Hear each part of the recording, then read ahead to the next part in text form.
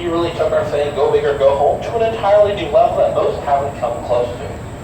Now the good captain here was a frequent visitor to San Antonio, as this was the cattle capital of Texas back then.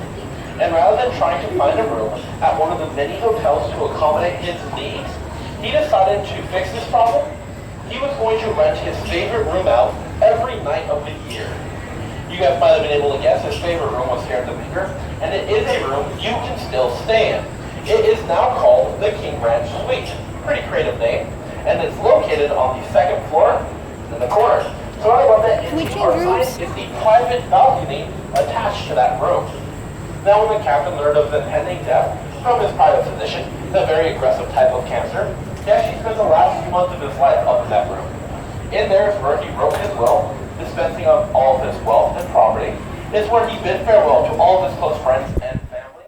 And finally, April 15, 1885, the captain's funeral was held in the Minger parlor behind these doors.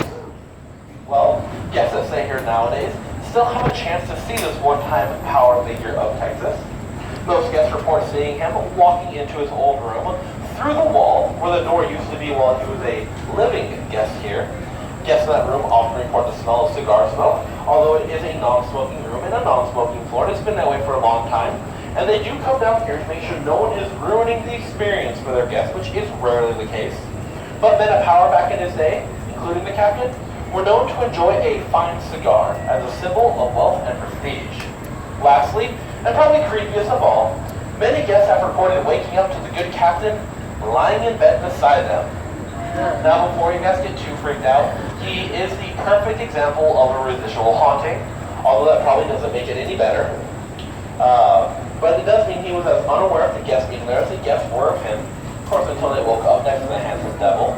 That doesn't mean the guests in there don't leave the room. I want to get a hotel room tonight. I mean that literally, as a lot of them say they fall out of bed after waking up to the captain. The response I imagine many of us would have. Now a very cool thing about that room, excluding the fact you have a chance to sleep next to a very rich ghost, is the bed frame that is in that room. It is the very same bed frame from when Captain King stayed and died in there. Now management here wanted to make sure our company assured you they have changed the mattress, sheets, pillows, and about everything else in the room since that time, but you can still essentially sleep in the bed of a very rich dead man. Something I think that really adds a whole new factor of coolness to the room. The next guest I want to talk about is one of the more well-known ones in the newer parts of the building, so the parts